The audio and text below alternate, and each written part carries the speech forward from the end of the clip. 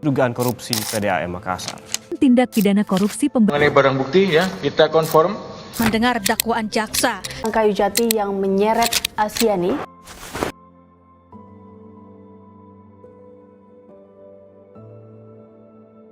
Terkadang aku bingung, apakah benar kita hidup di negara hukum atau hidup di negara dengan pasal yang melengkung, yang bisa diputarbalikkan, dibolak-balik sesuai dengan siapa yang menerimanya.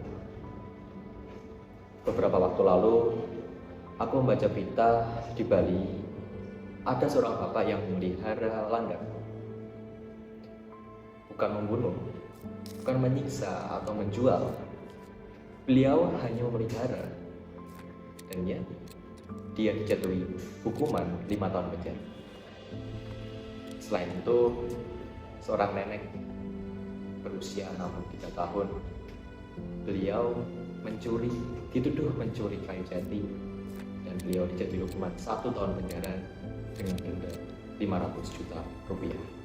Sebaliknya, nama-nama besar, jabatan-jabatan penting, angka miliaran bahkan triliunan berselewingan di beranda bumi.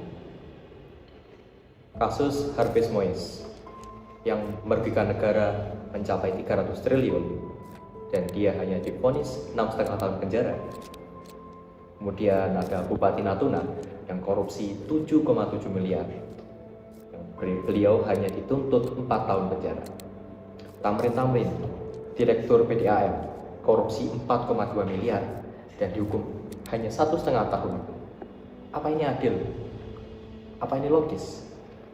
Jutaan, bahkan miliaran uang rakyat dirampok oleh orang-orang yang sudah disumpah untuk melindungi. Dan hukuman mereka sangat tidak setimpal dengan apa yang sudah mereka perbuat.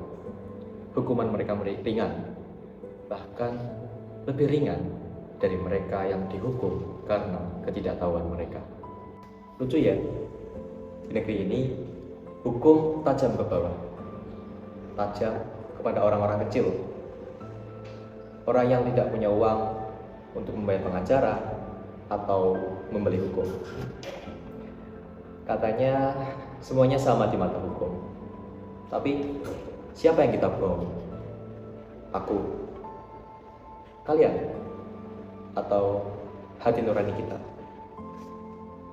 Aku lelah menyaksikan orang-orang berdasi keluar masuk ruang sidang dengan keadaan gembira, raut muka yang bahagia, bahkan tawa yang terbahak-bahak.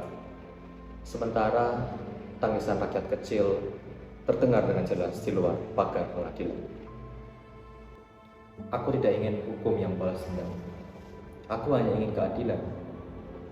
Dan selama hukum masih memandang bulu, keadilan tidak akan pernah ditegakkan.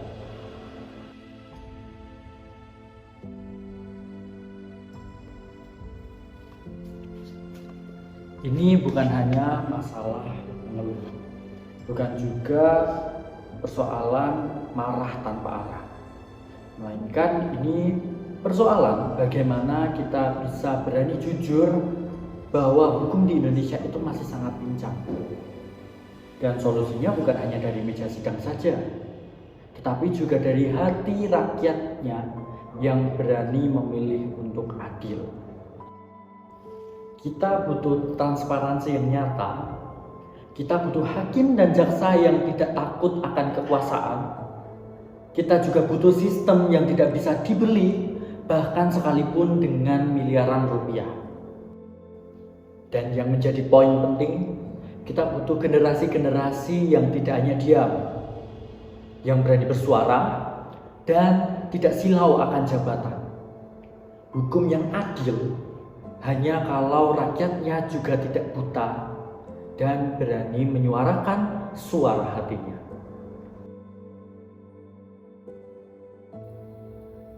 Di negeri ini, hukum belum benar-benar buta. Ia masih bisa melihat nama, jabatan, bahkan isi dompet. Tapi diam kita bisa lebih berbahaya dari kejahatan mereka.